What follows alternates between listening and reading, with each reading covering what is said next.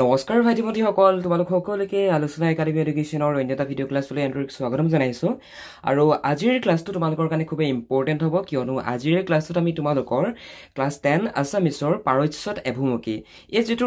ৰথীন্দ্ৰনাথ গোস্বামীদেৱৰ যিটো পাঠ আছে এই পাঠটোৰ তোমালোকৰ যিমান পাঠভিত্তিক প্ৰশ্ন আছে প্ৰত্যেকটো প্ৰশ্নৰ উত্তৰ তোমালোকে আজিৰ এইটো ক্লাছত পাই যাবা গতিকে ক্লাছটো সম্পূৰ্ণ শেষলৈকে চাবা তোমালোকৰ এই ক্লাছটোতে তোমালোকৰ পাৰস্য এভুমুখী যিমান কুৱেশ্যন আছে পাঠভিত্তিক গোটেইখিনি প্ৰশ্নৰ উত্তৰ তোমালোকৰ সম্পূৰ্ণ ক্লিয়াৰ হৈ যাব ইয়াৰ লগতে আমি তোমালোকক আগৰ HSLC এক্সাম বিলাকত কোনকেইটা প্ৰশ্ন আহিছিলে কোনকেইটা বহুত বেছি কমন পৰিছিলে সেইখিনি আমি তোমালোকক দেখুৱাই দিম এক নম্বৰ প্ৰশ্নটো হৈছে যে লেখকে উল্লেখ কৰা মতে তেওঁলোকৰ ঋগটো ক'ত অৱস্থিত এই প্ৰশ্নটোৰ উত্তৰত আমি লিখিম যে লেখকে উল্লেখ কৰা মতে তেওঁলোকৰ যিটো ঋগ সেই ঋগটো পাৰস্য উপসাগৰত অৱস্থিত বহুত ষ্টুডেণ্টে ডাইৰেক্টলি লিখি থৈ আহে পাৰস্য উপসাগৰত অৱস্থিত বুলি বাট ছাত্ৰ-ছাত্ৰীসকল তোমালোকে এইটো কথা সদায় মনত ৰাখিবা তোমালোকে যেতিয়া এই প্ৰশ্নৰ উত্তৰটো কৰিব যাবা তেতিয়া ইয়াৰ সম্পূৰ্ণ ফৰ্মেটটো লিখিব লাগিব ইটছ মিন তোমালোকে সম্পূৰ্ণ উত্তৰটো মানে পূৰ্ণ উত্তৰটো লিখিব লাগিব ডাইৰেক্টলি যদি তোমালোকে উপসাগৰত অৱস্থিত পাৰস্য উপসাগৰত অৱস্থিত বুলি লিখা তেনেহলে যদি প্ৰশ্নটোত 1 মাৰ্ক আহে তেনেহলে তোমালোকে 1 মাৰ্কৰ 50% মাৰ্কছ তোমালোকে পাবা গম পাইছা 50% মাৰ্কছ তোমালোকৰ মাইনাস যাব গতিকে এই পইণ্টটো সদায় তোমালোকে মনত ৰাখিবা 2 নম্বৰ কুৱেশ্যনটো মন কৰা বুশ্বেৰ কি এই যেটো কুৱেশ্যনটো HSLC 2017ত আহি গৈছে এই প্ৰশ্নৰ উত্তৰত আমি লিখিম যে পাৰস্য উপসাগৰত অৱস্থিত এখন বন্দৰ নগৰী হৈছে বুশ্বেৰ গম পাইছা বুশ্বেৰ মানে এখন চহৰ যিখন হৈছে মানে বন্দৰ নগৰী বুলি কৈছে বন্দৰ নগৰী মানে হৈছে য'ত নেকি বহুত বেছি এয়াৰপোৰ্ট থাকে মানে গম পাইছা এটা আমাৰ ভাৰতবৰ্ষৰ বন্দৰ নগৰী বুলি ক'লে আমি কাক বুজো বাৰু মেইনলি ভাৰতবৰ্ষলৈ যিমান ইন্টাৰনেশ্যনেল ফ্লাইট আহে প্ৰায়বিলাক ফ্লাইট মেইনলি ক'ত আহে জানা দিল্লীত আহে গতিকে আমি দিল্লীৰ নামটো ল'ব পাৰো গম পাইছা ওকে বুশ্বেৰত হেলিকপ্টাৰৰ পৰা নমাৰ সময়ত লেখকৰ লগত কোন কোন ব্যক্তি আছিল এটো খুব ইম্পৰ্টেন্ট প্ৰশ্ন হয় দুজন ব্যক্তি আছিল নহয় জানো বুশ্বেৰত যেতিয়া হেলিকপ্টাৰৰ পৰা লেখক নামিছিল তেতিয়া লেখকৰ সৈতে দুজন ব্যক্তি আছিল আৰু প্ৰশ্নটো হৈছে সেই দুজন ব্যক্তিৰ নাম কি কি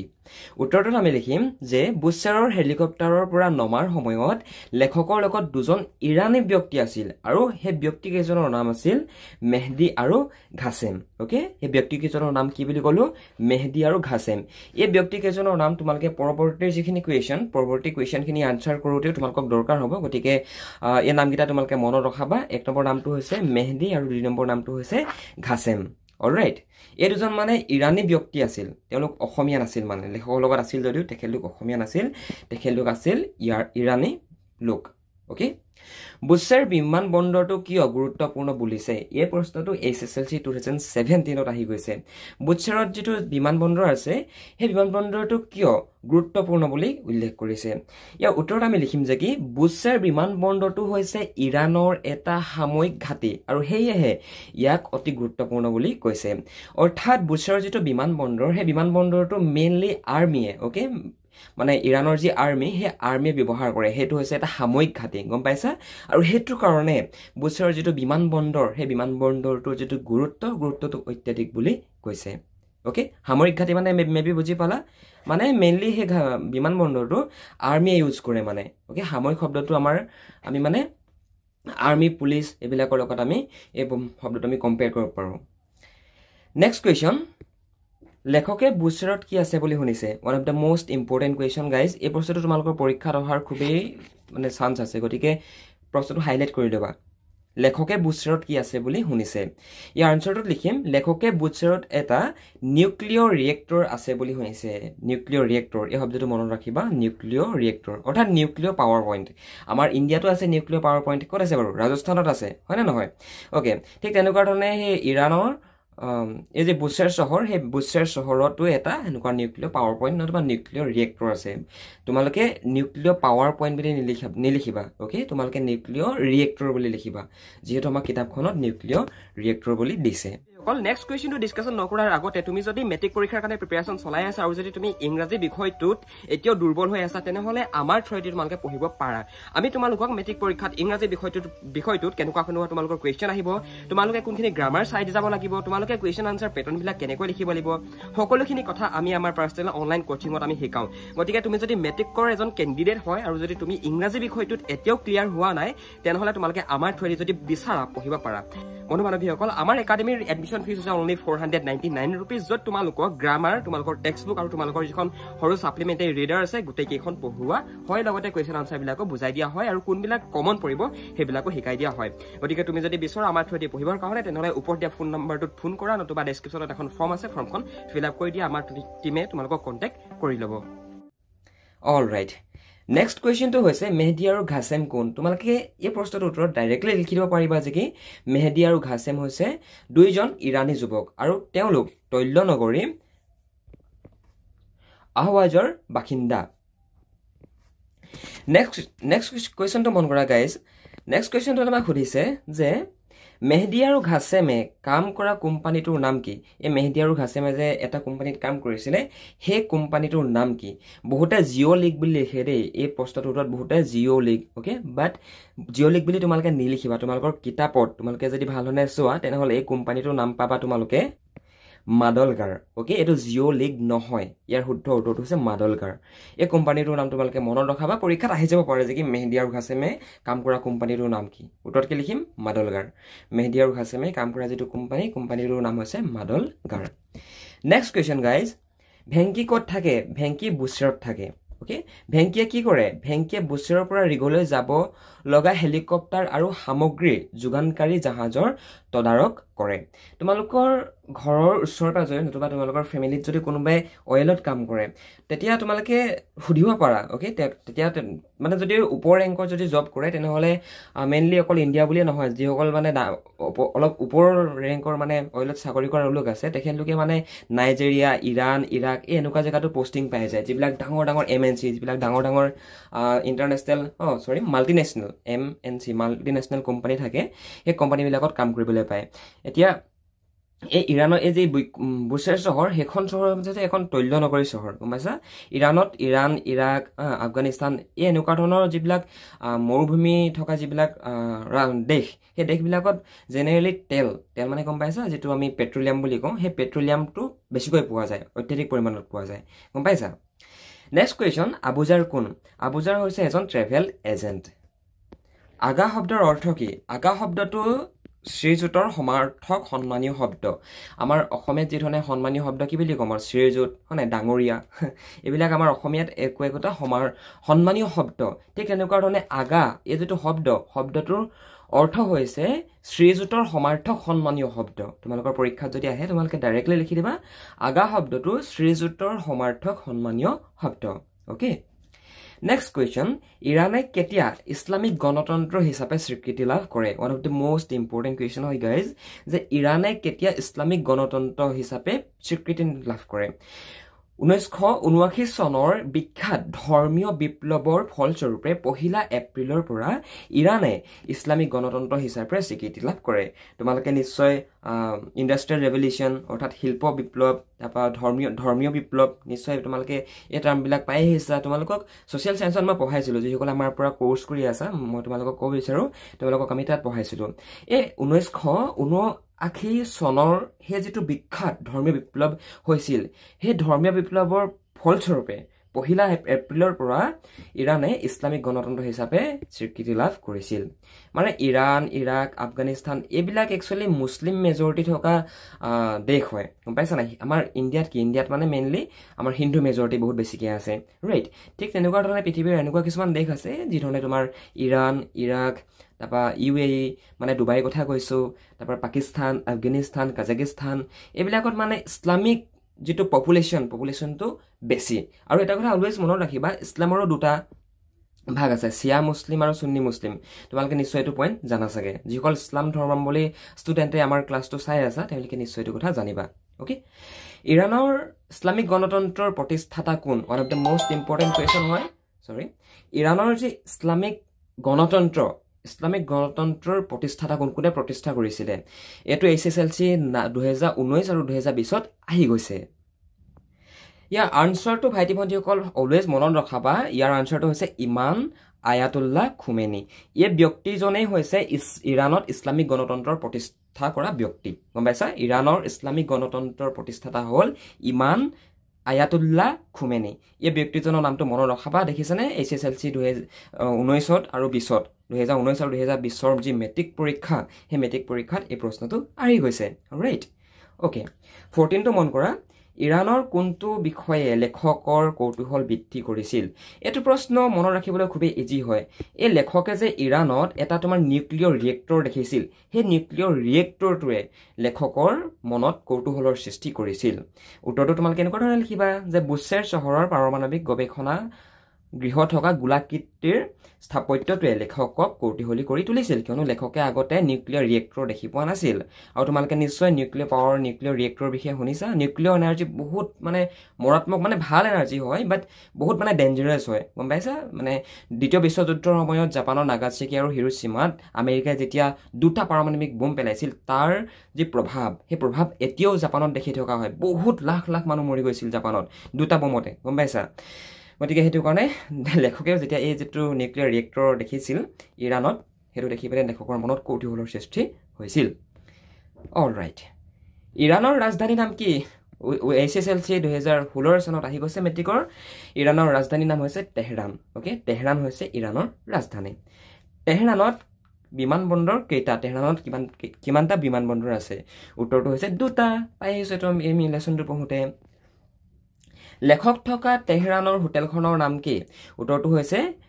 হুমা হোটেল লেখক থকা তেহৰানৰ হোটেলখনৰ নাম হৈছে Huma hotel one of the most important question মনত ৰখাই থৈ দিবা একচুৱেলি এইবিলাক তোমালোকৰ শ্বৰ্ট কুৱেশ্যন আহিব আৰু শ্বৰ্ট কুৱেশ্যন তোমালোকক ইয়াত 20টা 25টা মান দিছে যদিও তাৰ ভিতৰত কিন্তু 5টা প্ৰশ্ন ভাইটি ভণ্টিসকল 100% তোমালোকৰ কমন পৰিবই পৰীক্ষাত গতিকে গোটেইকেইটাই চাই থৈ দিয়া তুমিতো নাজানা ময়ো নাজানো কোনকেইটা পৰীক্ষাত আহিব হয়নে ওকে ভাৰতৰ প্ৰায়বোৰ তৈলক্ষেত্ৰ কেনেকুৱা শিলান্তৰত অৱস্থিত ভাৰতৰ প্ৰায়বোৰ তৈলক্ষেত্ৰ নৱজীৱী মহাকল্পৰ শিলান্তৰত অৱস্থিত ওকে ক'ত অৱস্থিত নৱজীৱী মহাকল্প শিলান্তৰত অৱস্থিত ওকে স্লাম বাজাৰ কি এটো বহুত ইম্পৰ্টেণ্ট প্ৰশ্ন হয় স্লাম বাজাৰ কি এই প্ৰশ্নটো তোমালোকৰ পৰীক্ষাত অহাৰ চান্স বহুত বেছি আহে কেতিয়াবা তোমালোকৰ এই আছামিছত সমুটুকা লিখিব এটা পইণ্ট আহে ন তোমালোকৰ তাত স্লাম বাজাৰ আহি যাব পাৰে যে স্লাম বাজাৰ কি ওকে স্লাম বাজাৰ হৈছে ইৰাণৰ এটি বহুৰাষ্ট্ৰীয় কাৰ্যালয় আৰু এই কোম্পানীৰ কাৰ্যালয় নাজিয়াৰ পৰা নাইজেৰিয়ালৈকে দুলিয়াজানৰ পৰা ডুবাইলৈকে পৃথিৱীৰ সকলো তৈলক্ষেত্ৰৰ আশে-পাশে অৱস্থিত নতুবা আছে অৰ্থাৎ ভাইটি ভণ্টিসকল স্লাম বাজাৰ মেইনলি অইলৰ সেক্টৰটোৰ লগত জড়িত আমাৰ যদি তোমালোকে চোৱা ইয়াত দুলিয়াজান ওকে নাজিৰা ইয়াতো সৰু সুৰাত আমাৰ তেলৰ খাদ আছে হয়নে আৰু মেইনলি নাইজেৰিয়া আমাৰ এজন দাই আছে দাই নাইজেৰিয়া গৈ আহিছে ওকে দাই অইলত কৰে মানে চ' এতিয়া এই যেটো স্লাম বাজাৰ এই মেইনলি স্লাম বাজাৰ কোম্পানীটো অইলৰ লগত জড়িত অৰ্থাৎ পেট্ৰলিয়াম আদিৰ লগত জড়িত মানে ওকে এটা MNC বহুৰাষ্ট্ৰীয় কাৰ্যালয় এটা মানে ইণ্টাৰনেশ্যনেল MNC মানে MNC মানে হৈছে মাল্টিনেশ্যনেল ইণ্টাৰনেশ্যনেল নহয় দেই M মানে হৈছে মাল্টি N মানে নেশ্যনেল C মানে কোম্পানী অৰ্থাৎ মাল্টিনেশ্যনেল কোম্পানী গম পাইছা মানে আন্তঃৰাষ্ট্ৰীয় কোম্পানী মানে তোমালোকে যদি দশম শ্ৰেণী নতুবা নৱম শ্ৰেণীত পঢ়ি আছা আৰু যদি তোমালোকে এক্সামৰ কাৰণে প্ৰিপাৰেচন চলাই আছা তেনেহলে তোমালোকে আমাৰ ফালৰ পৰা যদি অনলাইন টিউচন কৰিব বিচৰা টিউচন ল'ব বিচৰা তেনেহলে ল'ব পাৰিবা তাৰ কাৰণে তোমালোকে এই যদি হোৱাটছএপ নাম্বাৰ দেখিছা এই হোৱাটছএপ নাম্বাৰটোত এটা মেছেজ কৰিব পাৰা নতুবা আমালৈ ডাইৰেক্ট ফোন কৰিব পাৰা আমি তোমালোকক আমাৰ একাডেমিত এডমিশ্যনটো কৰাই দিম আৰু তোমালোকে আমাৰ থ্ৰুৱেদি যদি পঢ়া তোমালোকক আমি সকলোখিনি বস্তু গাইড কৰি দিম প্ৰশ্ন উত্তৰ কেনেকৈ লিখিব লাগিব তোমালোকে প্ৰশ্ন উত্তৰবিলাকৰ ফৰ্মেটটো কেনেকুৱা কৰিব লাগিব কোনবিলাক প্ৰশ্ন কমন পৰিব সকলোখিনি কথা তোমালোকক আমি শিকাই দিম গতিকে তোমালোকে যদি মেট্ৰিক পৰীক্ষা নতুবা ক্লাছ 9ত পঢ়ি আছা যদি আমাৰ থ্ৰুৱেদি পঢ়িব বিচৰা তেনেহলে আমাৰ লগত যোগাযোগ কৰিব পাৰা আমি তোমালোকক সম্পূৰ্ণ সহায় কৰিব পাৰিম ইৰাণীসকলে নৱবৰ্ষক কি বোলে ইৰাণীসকলে নৱবৰ্ষক কি বোলে বাৰু নওৰুজ বোলে আৰু নওৰুজ মানে হৈছে নতুন দিন ইৰাণীসকলৰ ভাষা মতে সিহঁতৰ ভাষা মতে নওৰুজ মিন্স নতুন দিন অৰ্থাৎ new DAYS okay new days অৰ্থাৎ নওৰুজ এতিয়া প্ৰশ্নটোৰ উত্তৰত আমি কি লিখিম ইৰাণীসকলে নৱবৰ্ষক কি বুলি কয় নওৰুজ বুলি কয় ৰাইট বেহেষ্ট ই জাহাৰা কি HSLC 15 আৰু 18ত আহি গৈছে উত্তৰ হৈছে বেহেষ্ট ই জাহাৰা হ'ল তেহৰানৰ মুখ্য সমাধিস্থল তাত খোৱা বোৱাৰ পৰা খেলপথাৰলৈকে সকলো আছে মানে তোমালোকে এইটো কথা মনত ৰখোৱা যদি 1 মাৰ্কৰ যদি প্ৰশ্ন আহি যায় যে কি বেহেষ্ট ই জাহাৰা কি তোমালোকে ডাইৰেক্টলি লিখিব পাৰা যে কি বেহেষ্ট ই জাহাৰা হৈছে তেহৰানৰ মুখ্য সমাধিস্থল এনেকৈ লিখিলেও তোমালোকে নম্বৰ পাই যাবা নেক্সট কুৱেশ্যন শ্বিৰিন ইবাদী কোন HSLC 15ত এইটো প্ৰশ্ন আহি গৈছে উত্তৰত লিখিম যে শিৰিন ইবাদী হৈছে নোবেল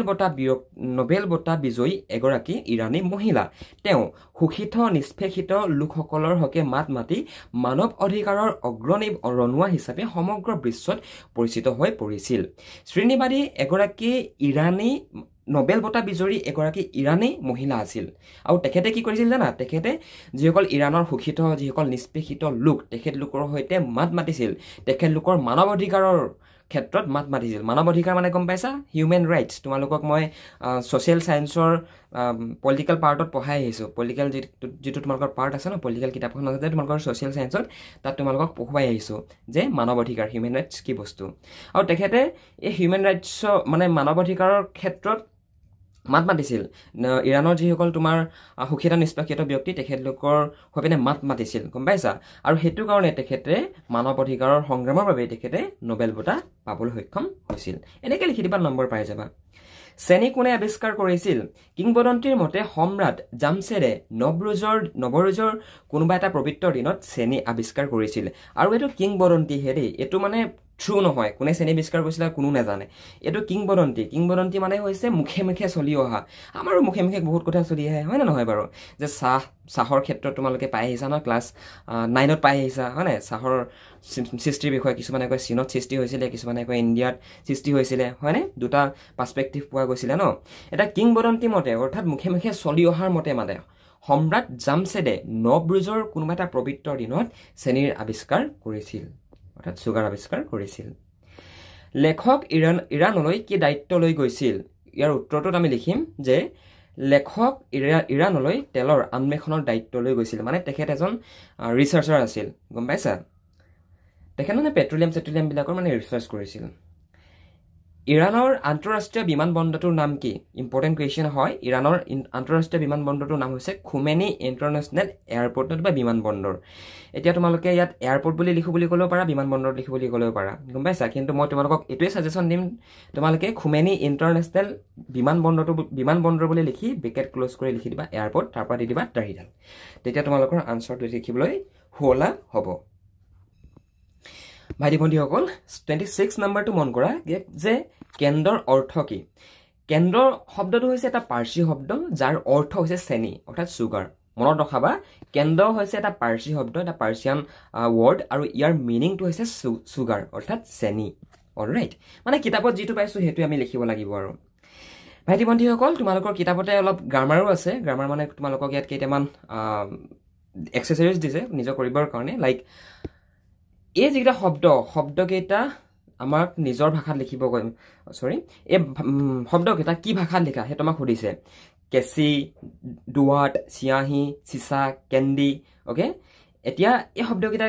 কি ভাষাত লিখা পাৰ্চী ভাষাত লিখা এটা ভাইটি ভণ্টিসকল তুমি এটা কথা মন কৰিবা পাৰ্চী লোকসকলৰ ইনফ্লুৱেঞ্চ এটা সময়ত ইণ্ডিয়াত আছিলে তোমালোকে উৰ্দু ভাষা নিশ্চয় জানা এতিয়া আমাৰ ইণ্ডিয়াত মেইনলি আমাৰ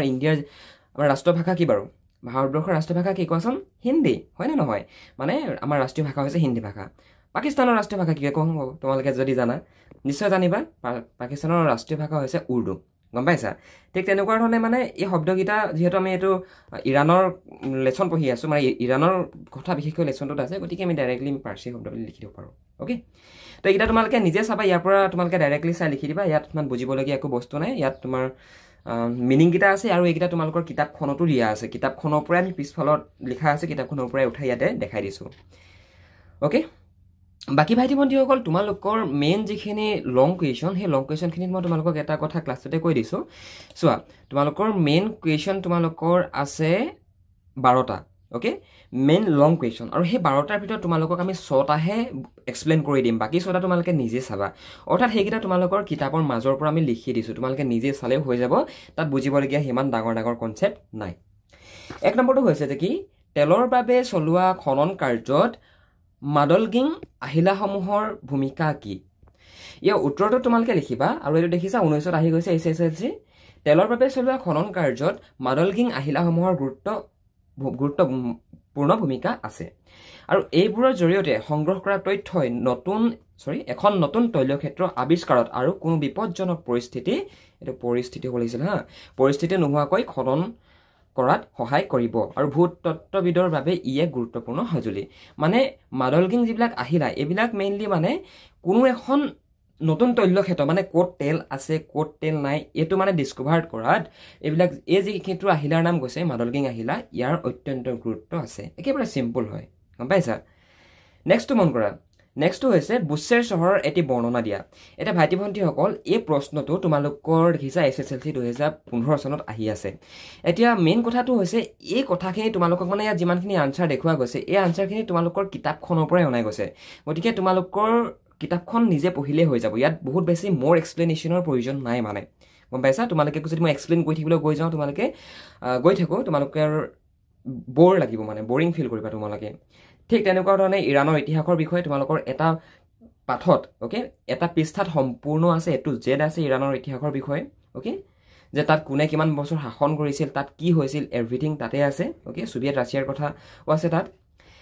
নেক্সট ইম্পৰ্টেণ্ট প্ৰশ্নটো হৈছে ইৰাণৰ ভূতত্ত্ব বিষয়ে লিখা ইৰাণৰ যিটো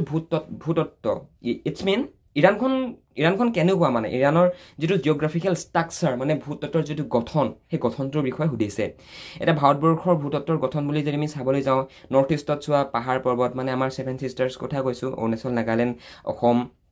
হা এফালে চোৱা পাহাৰ পৰ্বত দেখিবা তোমালোকে যদি কেৰেলা যোৱা তাতো সৰু সৰু পাহাৰ দেখিবা তোমালোকে যদি ৰাজস্থান সাইডে যোৱা সেইফালে মৰুভূমি দেখিবা হয়নে তোমালোকে যদি লাডাখ যোৱা নতুবা জম্মু কাশ্মীৰ যোৱা তাতো এটা বেলেগ ৱেডাৰ দেখিবা ঠিক তেনেকুৱা ধৰণে ইৰাণৰ ভূতত্ত্বৰ বিষয়ে কি লিখিব কৈছে মানে আমাক আৰু এই প্ৰশ্নটো তোমালোকৰ SSLCত অহা নাই যদিও ভাইটি ভণ্টিসকল এইটো কমন পৰিযোৱাৰ চান্স আছে মানে ইৰাণৰ ভূতত্ত্ব বিভিন্ন যুগৰ বিভিন্ন শিলাত তেল আৰু গেছ পোৱা যায় ওকে পাৰস্য উপসাগৰ আৰু উত্তৰ পশ্চিম আহৱাজৰ ওচৰে পাজৰে বহুতো তৈলক্ষেত্ৰ আছে আৰু আনহাতে ইৰাণত কেইবাখনো গেছ উৎপাদনকাৰী তৈলক্ষেত্ৰ আছে আৰু পাৰস্য উপসাগৰীয় এলেকাত মধ্যদেৱী মহাকল্পৰ শিলান্তৰত বৃহৎ পৰিমাণৰ তেল নহয় তৈল সম্পদ মজুত আছে তো মেইনলি ইৰাণখনে হৈছে এখন মৰুভূমি মানে ইৰাণখন ডাইৰেক্টলি মৰুভূমি বুলি ক'লে ভুল হ'ব কিন্তু ইৰাণৰ মেজৰিটি সাৰফেস মানে ইৰাণৰ মেজৰিটি ঠাইত কেৱল মাত্ৰ তুমি মৰুভূমি দেখিবা আৰু এইটো এটা ফেক্ট হয় যে যিবিলাক দেশ তোমালোকক আগতে কৈছো যিবিলাক দেশ বিশেষকৈ যিবিলাক দেশত তোমাৰ মৰুভূমি তাৰ পৰা তোমাৰ পাহাৰ পৰ্বত অলপ বেছিকৈ দেখো সেইবিলাক দেশত মানে পেট্ৰলিয়াম তাৰ পৰিমাণটো অত্যাধিক বেছি হয় উদাহৰণস্বৰূপে তোমালোকে ডুবাই জানা ডুবাইত কিমান তেল পোৱা যায় ইৰাণ ইৰাক এই পৃথিৱীত যিমান তেল প্ৰয়োজন হয় ন প্ৰায় 60% এবভ তেল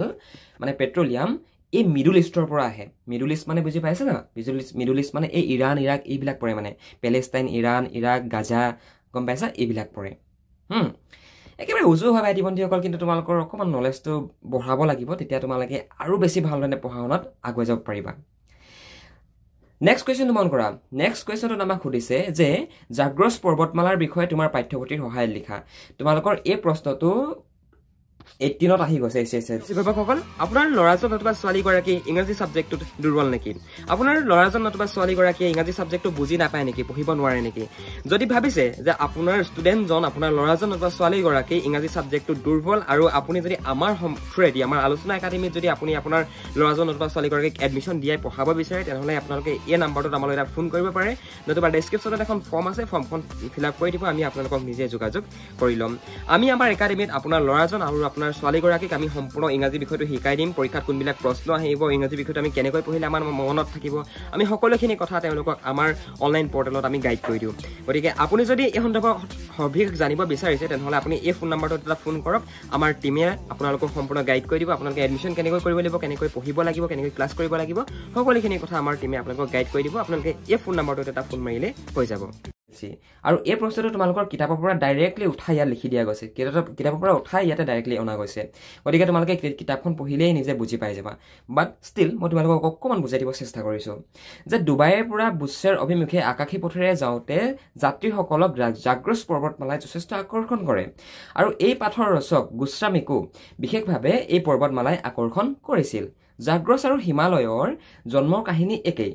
আৰু এই জাগ্ৰছ ভাৰতবৰ্ষৰ দক্ষিণ পশ্চিম দিশত সঞ্চিত হৈ আছে বিৰাট তেল আৰু গেছৰ ভাণ্ডাৰ ভূতত্বৰ আশীৰ্বাদপুষ্ট পাৰস্য উপসাগৰীয় অঞ্চলত 150তকৈও অধিক তৈলক্ষেত্ৰ আছে আৰু এই অঞ্চলৰ ওপৰতে বিশ্বৰ বহুতো দেশ নিৰ্ভৰশীল যি জাগ্ৰছ পৰ্বতমালা হিমালয় পৰ্বতমালাৰ নিচিনা ইয়াৰ জন্মৰ কাহিনীটো একে এটা ভাইটি ভণ্টিসকল তোমালোকে বৰিং ফিল নকৰিবা মই তোমালোকক এটা কথা বুজাই দিব বিচাৰিছোঁ এই যে পৰ্বত পাহাৰবিলাক নতুবা মৰুভূমিবিলাকত যে অত্যাধিক পৰিমাণৰ পেট্ৰলিয়াম নতুবা প্ৰাকৃতিক গেছ নতুবা পেট্ৰলিয়াম পোৱা যায় বুলি যে কোৱা হয় তেল পোৱা যায় বুলি যে কোৱা হয় এইটো এটা ফেক্ট হয় সঁচা কথা কিন্তু কিয় এনেকুৱা হয় জানা এতিয়া এইবিলাক হৈছে জীৱাশ্ম ইন্ধন আগতে পৃথিৱীখন ষ্টেবল হৈ নাছিল তোমালোকে ডাইনছৰৰ কথা পঢ়িছা ডাইনছৰৰ সময়তো বিভিন্ন ধৰণৰ জীৱ জন্তু আছিল ডাইনছৰ আছিল বিভিন্ন ধৰণৰ ডাঙৰ ডাঙৰ গছ গছনি আছিল আৰু যেতিয়া পৃথিৱীত কি হৈছিলে মানে বিভিন্ন সময়ত মানে মহাকাশৰ পৰা উল্কাপিণ্ড নতুবা বিভিন্ন ধৰণৰ গ্ৰহাণুপুঞ্জ আহি পিনে আমাৰ পৃথিৱীত খুন্দা মাৰি থাকে যিহেতু সেইটো সময়ত এটা ষ্টেবল বাতাবৰণ নাছিল এটমছফিয়াৰ নাছিল এতিয়াও তোমাৰ আমাৰ পৃথিৱীলৈ মানে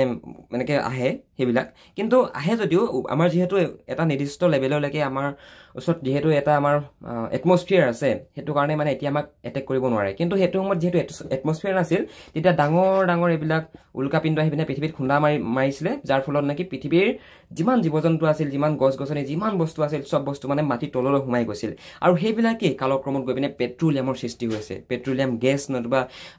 তেল এইবিলাকৰ সৃষ্টি হৈছে আৰু যিবিলাক মৰুভূমি অঞ্চল সেইবিলাকতো আমি ফেক্ট যদি চাব যা ওলাই আছে যেতিয়া তোমাৰ ওপৰ অংশটো তললৈ সোমাই যাব তলফালৰ পৰা কি ওলাব অবভিয়াছলি মৰুভূমি ওলাব হয়নে নহয় একেবাৰে চিম্পল পইণ্টে মনত ৰখাই থৈ দিবা পৰীক্ষাত তোমালোকৰ নাহিলেও পিছত তোমালোকৰ এই কথাকেইটা তোমালোকক হেল্প কৰিব